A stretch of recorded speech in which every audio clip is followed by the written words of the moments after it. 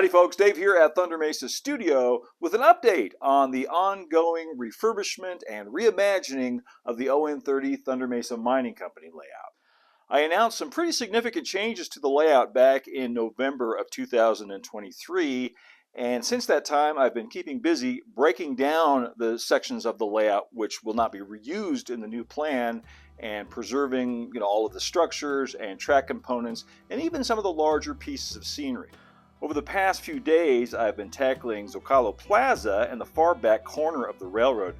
This was a big, awkward chunk of the layout with some problematic access issues. And while I'll miss some of the specific scenes, like Hanging Rock, I won't miss the big blob itself. And I'm really looking forward to the new section that will be built here with its deep canyon and an updated version of the plaza reusing all of Vern Niner's San Lorenzo diorama structures and figures.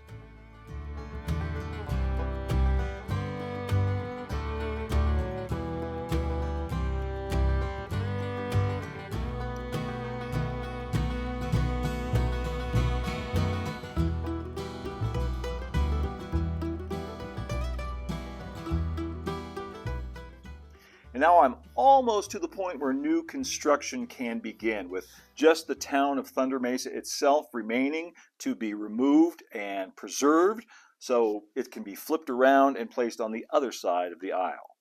And now I'm almost back down to just the original 3x6 Thunder Mesa layout. And let me tell you, taking all of this apart has really been a trip down memory lane.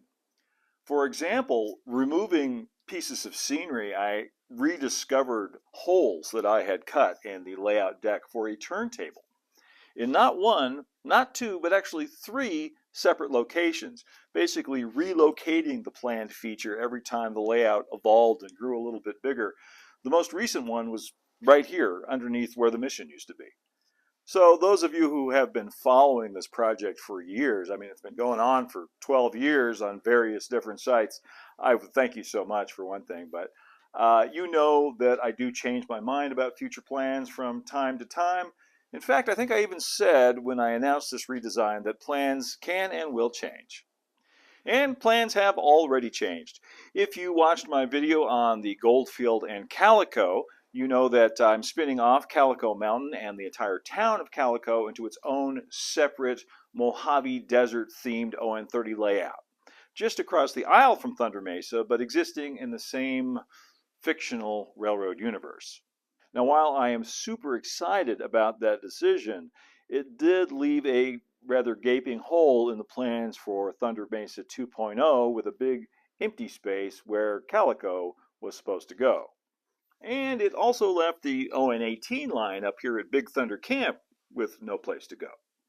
There is an abundance of On18 in the studio now, what with the Bandit Canyon Railway and Calico Mountain, so I began to think that maybe this original piece of On18 up at Big Thunder Camp might be a little bit redundant. To understand my thinking here, we need to go back to a much earlier version of the layout, back in 2012-2013, when I was first thinking of expanding the Thunder Mesa layout. This track up here through what would become Big Thunder Camp was actually originally On30. In fact, this dump trestle up here above Saguaro Siding was actually originally designed and built for On30 rails, which is why it looks a little bit oversized for On18. A couple of earlier plans for the layout had this On30 track up here actually a branch line off of the main Thunder Mesa line with a steep grade connecting the two. For one reason or another, I abandoned that plan and laid On18 track up here through the camp instead, and that became the Horse Thief and Nevermind, which was later renamed to the Big Thunder and Calico. But now I'm seeing this big empty space as an opportunity to revisit the plan of having an On30 branch line on a grade up to Big Thunder Camp. I'm also going to have more geared power on the roster now too, with Heislers and Shays that can handle the steep grade it would take to make this work. The Thunder Mesa main line is 52 inches above the floor. The track up here at Big Thunder Camp is at 58 inches, a full 6 inches or 24 scale feet higher. So the question becomes, how do we get from here to there in the space that's available? Well, if you watched my recent video on grades and switchbacks, you can probably see where this is all going. One of my favorite things about Vern Niner's old Estrella and Sonora Grande layout was the track plan. He had switchbacks going from the town of San Lorenzo up to the Cielo Incline where the mines were located. It was always a lot of fun and kind of challenging to operate. Switchbacks are a rather ingenious 19th century engineering solution to a common railroad problem: how to get from A to B over steep and nearly impassable terrain. Switchbacks break the grade up into more manageable chunks, turning an impossibly steep climb into one that can be negotiated with railway equipment. Some quick back-of-the-envelope math showed me that it would be possible to build a set of switchbacks in the area formerly set aside for Calico to connect the Thunder Mesa main line up to Big Thunder Camp. The only catch was I would have to extend the 5-foot-long Calico section to 8 feet long to accommodate those switchbacks, and that would push it into the area I had set aside for, staging and future expansion. Well, I guess the future is here. It's really not that big of a problem because the backdrop already extends that far. Everything seemed to be clicking with this new idea, so let's take a look at the updated plan. Nothing changes on the main loop of the layout. This was important because I want to be able to run trains around the main loop in display mode while also being able to operate on the switchbacks and sidings as the mood strikes.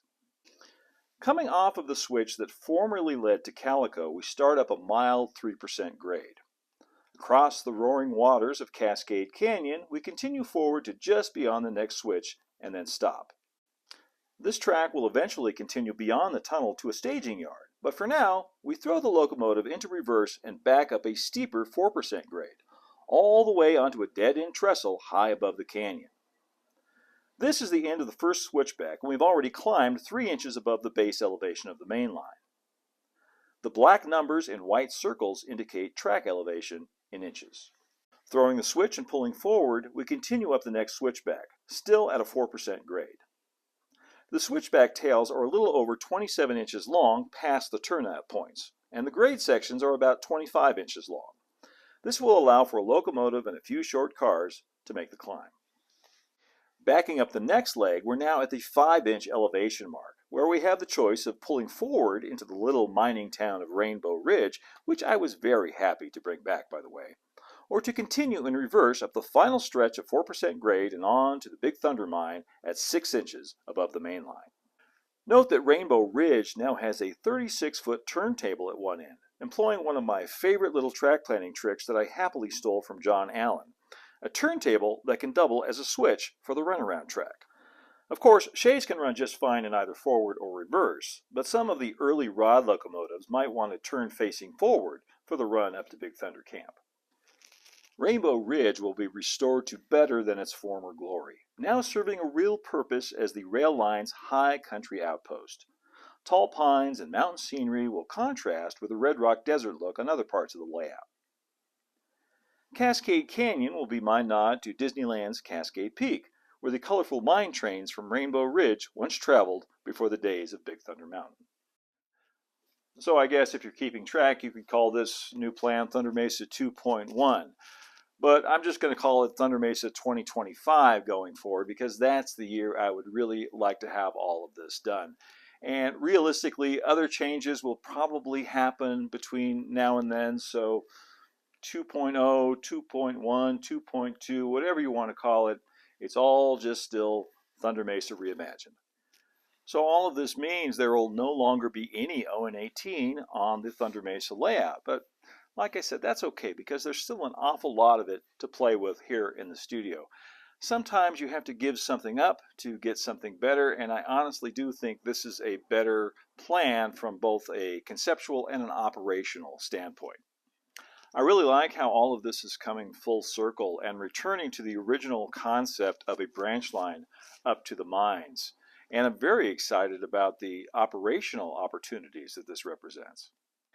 At last, the Thunder Mesa Mining Company can live up to its name and operate as a true mining railroad, moving ore by rail from Big Thunder Camp down through the switchbacks and around the bend to the Thunder Mesa Mill. From there, operationally, trains will move loaded boxcars of ore concentrates down to Fowler's Landing or to the interchange with the Santa Fe, Denver, and Carrollwood just beyond. And now with those major decisions out of the way, I can get to work removing the rest of the ON18 track from Big Thunder Camp and getting things ready for the changes to come.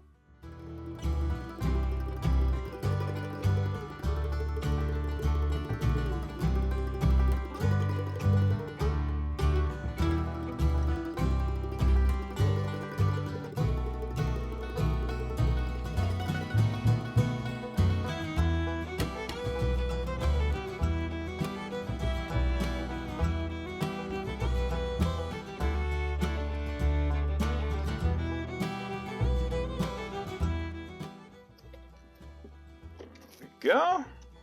Hey, thank you all so much for watching today. I'll be back really soon with more on the Thunder Mesa layout, also more on the Bandit Canyon Railway coming up, and the Goldfield and Calico very soon. Until then, you can also follow over on Instagram at thunder.mesa and see what's happening on the Thunder Mesa Studio website at thundermesa.studio. If it's your first time here, please subscribe and hit that notification bell to see more from Thunder Mesa Studio.